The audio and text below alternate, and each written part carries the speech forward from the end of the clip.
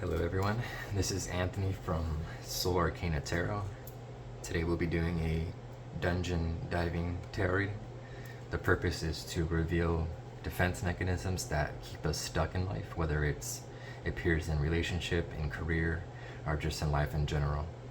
So these shadows I have created are all in the D20, so there's 20 different shadows that we all experience as humans that are very common, and I don't want to I call them shadows and monsters in the dungeon, but in reality, it's not your enemy. It's just yourself defending itself from past traumas, past fears, past anything that was uncomfortable, but that made you feel fear. And the way it can distort our lives is when those fears and things are false, when it's not actually true. It's more of a reaction from the past than the present. So if you're here watching, then you most likely are struggling with some sort of shadow, as we do all. So let's go ahead and roll. So we got 11, and then I'll roll one more for landscape. And landscape is the landscape is like the field in which this shadow is being triggered. So in this instance, number 2 of the landscape is mountain path. And the mountain represents air, just like in the tarot with the swords. So that has everything to do with your mind, your logic, and how you're seeing things, how you're viewing things, how people are, and how you think people are viewing you as well. It could lead to brain fog, it can lead to projection, it could lead to assumptions, it could lead to self-doubt, it could lead to anxiety loops, and all those things that involve the mind. So I like to start off the Fool, as everyone, or in the beginning of the dungeons, I start everybody off as the Fool, and as the dungeon progresses, you'll exit as one of the court cards. So in essence, the shadow is the court card that is being that is put out of character. So we'll go ahead and reveal the shadow now. So you rolled 11. Let's see, where's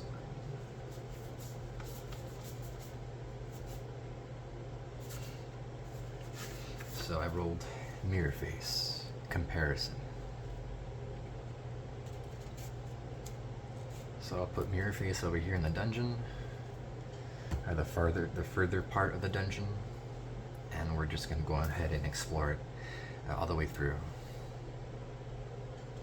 So in the first section of the dungeon, we're going to explore your tools and your innate gifts.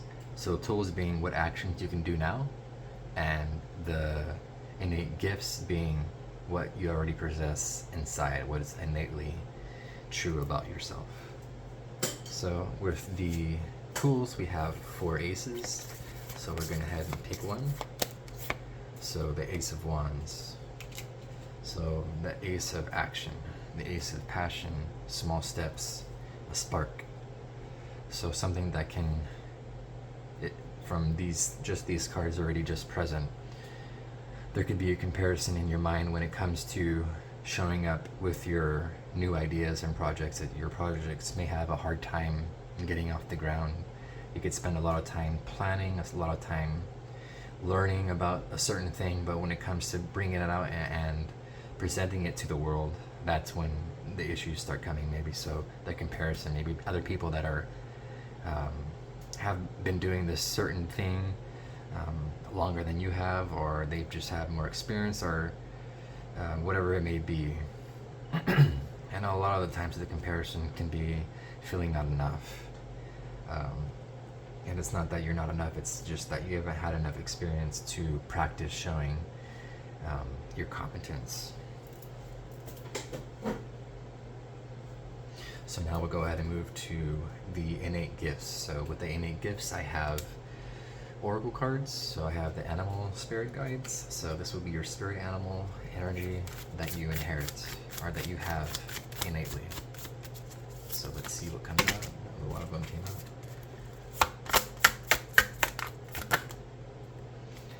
got the nightingale. Nightingale fell out upside down. The nightingale is really about speaking its truth, being seen. The nightingale is very small compared to other birds, but it chirps and sings just as much as any other bird. And this could be a symbolic of how you feel. You could feel very small and maybe overlooked or not heard, but that doesn't mean your song is not important or that it shouldn't be heard or practiced. So we're gonna go ahead and read from the book what it explains about the nightingale.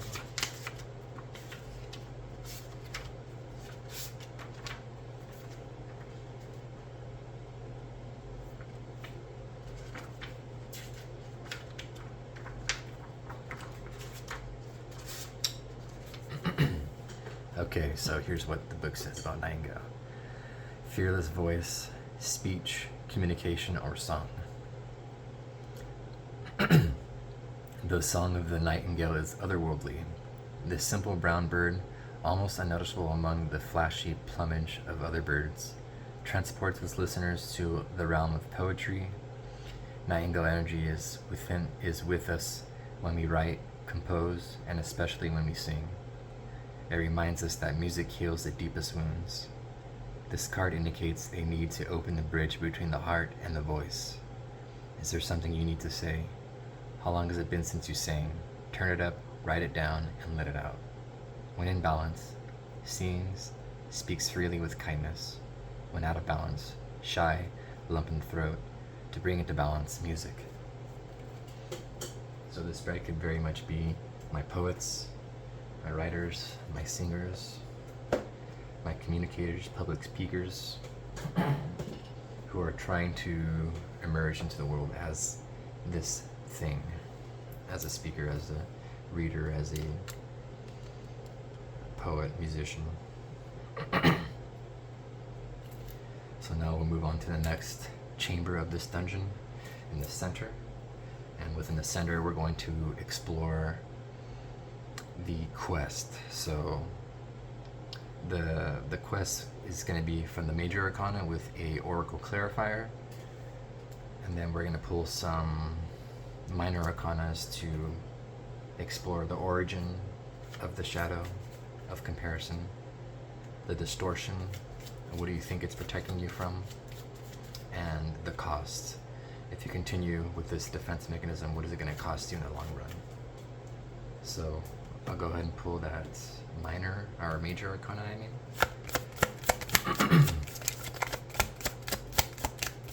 And the quest is the challenge, is the overall. So the challenge is being okay with letting something in the past fully crumble, even if it's just an idea about yourself or some sort of false belief about yourself. So the tower is about things collapsing that weren't stable, that weren't true, that weren't in alignment. And it's very uncomfortable when it happens. It could feel like bad luck, it could feel like not good enough, it can really trigger a lot of deep wounds. But the tower is also one of the most healing cards, web of drama. So in this instance, it's not necessarily about something you built, it is the narrative that you have built about others, about yourself, especially about others. And it could be that maybe others didn't truly see your value, and that's what maybe is triggering the wound of comparison. So with the web of drama, it's really talking about being careful of the narratives that you weave in your mind. And just like spider webs are very delicate, you can break them and then you can recreate new webs symbolically with yourself. So this could be new brain connections, new ways of thinking, stopping yourself as these thoughts come up and asking yourself, is this true? Is this really what's happening? So being very conscious when these things appear is another way of navigating comparison.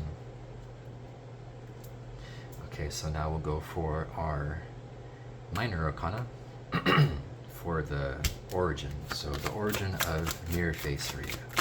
Comparison.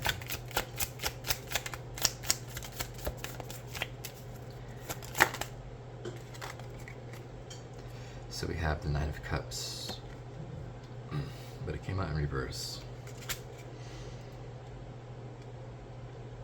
The Nine of Cups is a wish fulfillment card, but more a deeper meaning than that is your wish truly what you wanted?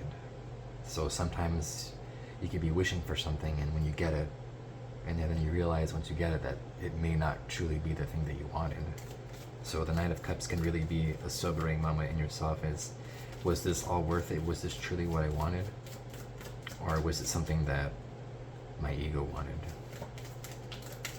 So that's something you're gonna have to decipher on yourself. But it could be a wish of wanting to be seen, wanting to be respected for yourself, for what you have to offer, being able to show up fully authentic, not needing to mask who you are, not needing to mask your values, your thoughts, being able to express yourself. So this could be your wish, is to fully be seen, but the origin of it is really not being seen and not having your wishes fulfilled, or maybe having them fulfilled and then not being what you expected. So again, you're gonna have to fill out the rest of this narrative, just because it is a collective reading. But even though this is something that we all experience, myself included. Okay, now we're gonna go to the distortion. So the distortion is Three of Cups, and with Three of Cups, it does talk about celebrating with other people, connecting with other people, but the deeper meaning is your nervous system feeling safe around people, you not needing to mask, not needing to people please. You can fully be authentic and feel safe in a group environment with people around you. It doesn't have to be a large group, but it could be your solid group of friends, your solid group of supporters that you have. And the distortion is that you could be either afraid that you may not be accepted, so you tend to almost mirror the people around you so that you're acceptable. But that is what the distortion is. It's not to mirror the people, it is to show up authentically as yourself. And now we're going to do the cost. If you continue mirroring other people, even if you don't agree or if you're not aligned, it goes to Three of Pentacles in reverse. And Three of Pentacles, it is about collaboration. It's about working together with people. But it's also about being a beginner and showing up in a place.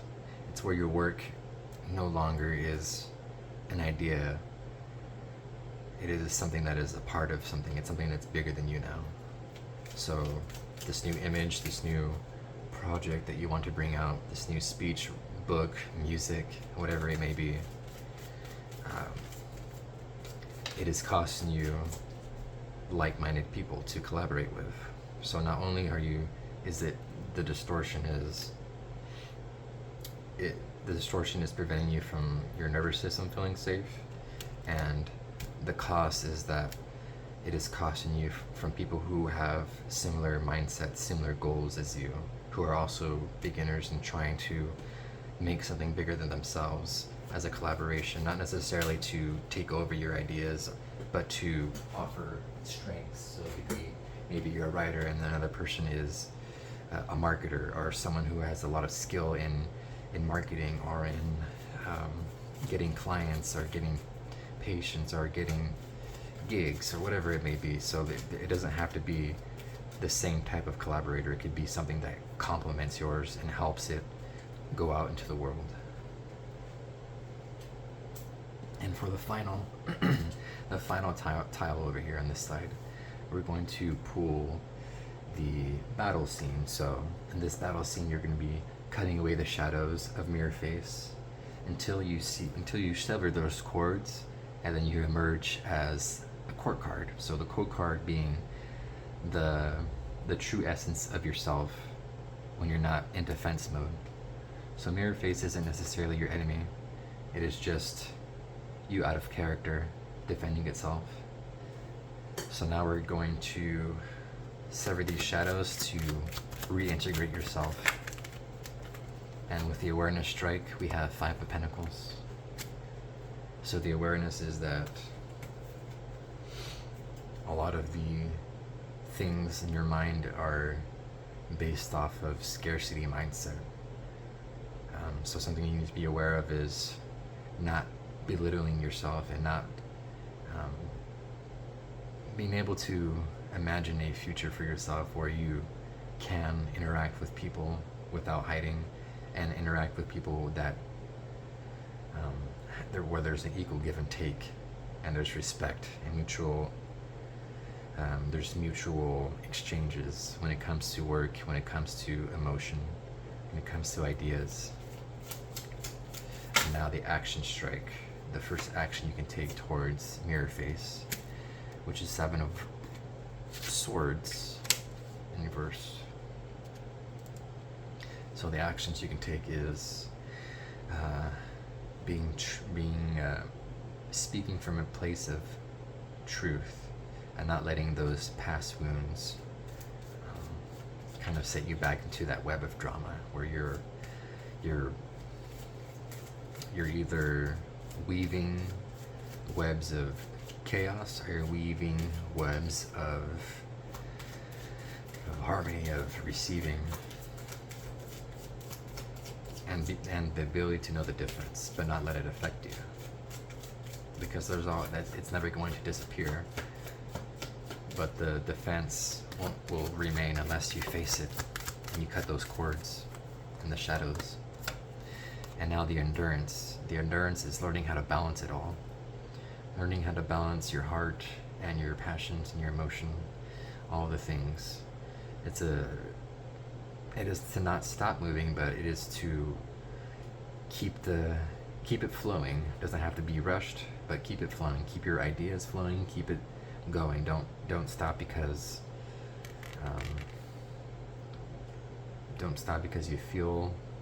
you may be feeling unsafe. Don't stop if you're not feeling seen. It is doing it despite that. And then in the long run, you may see that there are people there for you. But the 2 of Pentacles is like staying in motion, like how you ride a bicycle. A bicycle, it stays in balance in motion by movement, by forward, even when you're surfing, it's the same thing. So it's that type of balance. It's a balance of movement. And now that we have a better understanding of your shadows, who do you appear as? What is your true essence? Your true essence is the Page of Wands. So you're still a beginner, but you're curious. You have your spark again. And if you look at this particular page, it looks like there's a lot of towers behind him burning. And he's looking towards the future. He's letting go of all those towers, all those narratives that aren't his. And what he's holding on to is his spark of passion. And he's wearing a mail of yellow, so it is yellow and purples. So he's following his intuition courageously, following his spark courageously.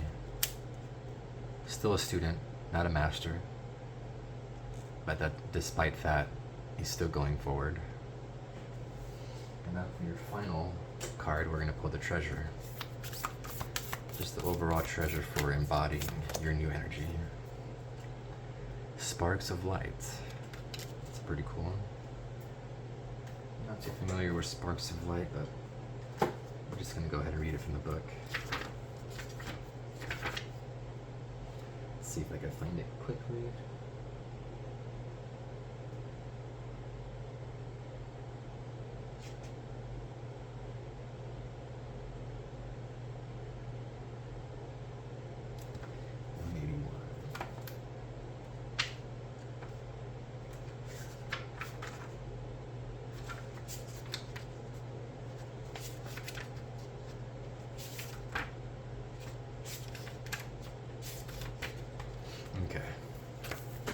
So sparks of light. Hope, sensation, exhilaration. The spark of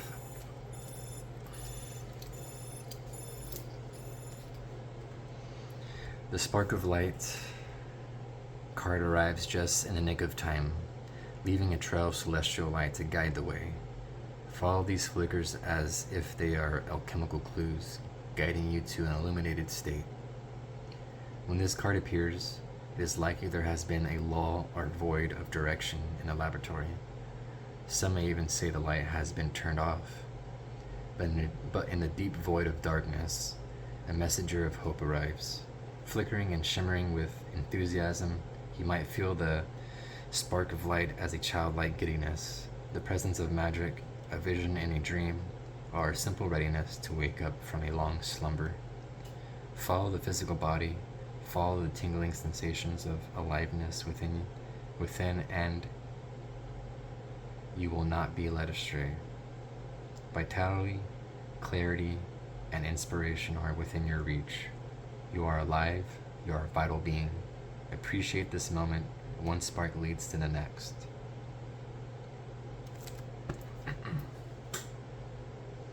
So I think all these cards are very much tied together. The Page of Wands, the Nightingale,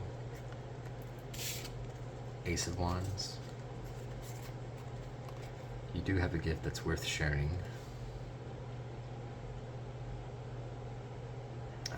But you just need to be okay being a beginner at it and showing up anyways.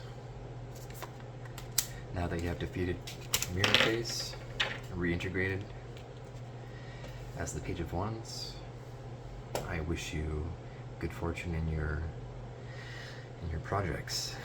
And maybe I'll see them one day, or hear or listen to them. I'm Anthony from soularcanatarot. If you are interested in a personal dungeon reading, go ahead and I have a link in the description. Not a link, but my email. Email is soularcanatarot@gmail.com, and I hope to hear from you.